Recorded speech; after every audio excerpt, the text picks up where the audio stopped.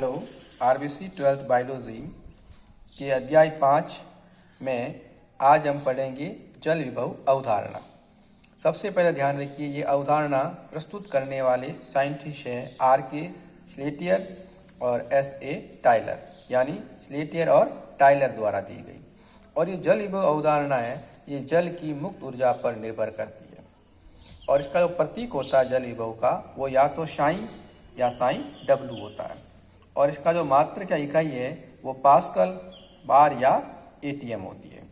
अब इसका जो मान अगर देखें अपन जल विभव का, तो अपन जानते हैं शुद्ध जल में जो जल की मुक्त ऊर्जा वो सर्वाधिक होगी।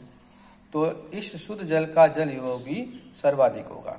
लेकिन सर्वाधिक होने के बाद भी ध्यान रखिए, शुद्ध जल का जल विभव शून्य माना जाता है। अब ऐसा क्यों है? क्योंकि इसका जो निरपेक्ष मान है, एब्सोल्यूट वैल्यू है, वो ज्ञात करना संभव नहीं है। इस कारण इसका सर्वाधिक जो मान होगा वो शून्य ही माना जाता है। अब ध्यान रखिए, अगर जल में हम विलय मिलाएं तो जल की मुक्त ऊर्जा में कमी आएगी, तो जल विभव में भी कमी आएगी। और कमी आने पर उसका मान क्या हो जाएगा? ऋणात्मक। क्यों? क्योंकि हाईएस्ट मान कितना हो सकता है? शून्य हो सकता है। तो शून्य से कम जो अंक होते हैं वो किस में आते हैं? ऋणात्मक में आते हैं। इस कारण जल विभव का अधिकांश मान ऋणात्मक ही होता है। अब अगर इसकी हम परिभाषा देखें तो शुद्ध जल और उसके विलयन में उपस्थित जल की मुक्त ऊर्जा का अंतर ही जल विभव कहलाता है। तो शुद्ध जल ले लें और उसका विलयन ले लें, तो उन दोनों की जो जल है, उन जल की जो मुक्त ऊर्जा में अंतर है, ये अंतर ही जल विभव कहलाएगा। या इसकी एक परिभाषा और भी है, किसी विलयन के परासरण विभव या विलय विभव, जिसको हम साई एस से दर्शाते हैं, तथा दाब विभव, जिसे साई पी से दर्शाते हैं, इन दोनों का योग भी जल विभव कहलाता है। यानी जल विभव साई डब्ल्यू बराबर Sai S plus psi P. Sai S का मतलब विलय विभव और साई पी का मतलब जल विभव। तो हम देखते हैं विलय विभव या प्राशरण विभव क्या है, यानी साई एस क्या है।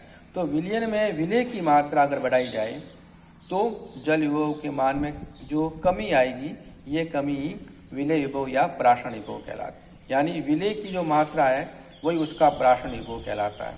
और अगर विलय मिलाएंगे तो जल की मुक्त ऊर्जा में कमी होगी, जिसके कारण जल विभव में भी कमी आएगी।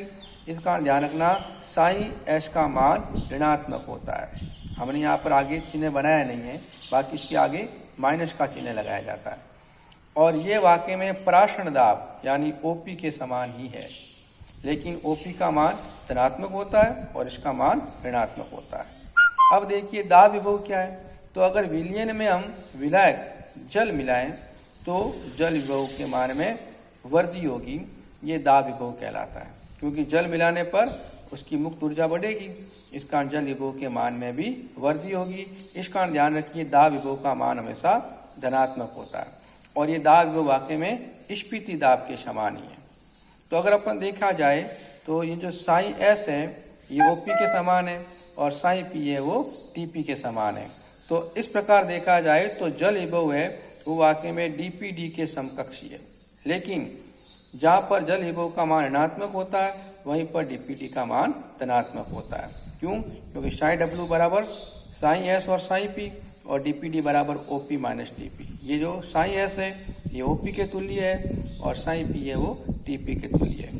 अब ध्यान रखिए, जल विभव में एक मैट्रिक्स विभव भी काम में आता है, साई एम भी काम में आता है। तो ये मैट्रिक्स विभव या साई विभव क्या, साई एम क्या है? तो जो कोशिका की सतह है वो सतह द्वारा जो जल का अधिशोषण करती है वह सतह आधात्री या मैट्रिक्स कहलाती है। तो कोशिका की वह सतह जो जल का अधिशोषण करती है उसे आधात्री या मैट्रिक्स कहते हैं। और इस आधात्री या मैट्रिक्स के कारण जो विभव उत्पन्न होता है वो विभव वही साई एम या मैट्रिक्स विभव कहलाता है। और ध्यान रखिए, इसका मान भी ऋणात्मक होता है, क्योंकि ये भी जल विभव के मान में कमी करता है, लेकिन इसका मान नगण्य होता है। इस कारण ये जल विभव की तुलना में महत्वहीन माना जाता है, इसको मोस्टली काउंट नहीं करते हैं। तो अगर हम सही फॉर्मूला देखें जल विभव का तो होता है साई डब्ल्यू बराबर psi M psi S plus psi P, लेकिन इसका मान नगण्य होता है। इसका जो मुख्य फॉर्मूला काम आता है वो ये होता है साई डब्ल्यू बराबर Sai S plus psi P. अब इस पाठ का अंतिम टॉपिक पढ़ते हैं अपन, अंतःशोषण। पहले इसकी परिभाषा देखते हैं।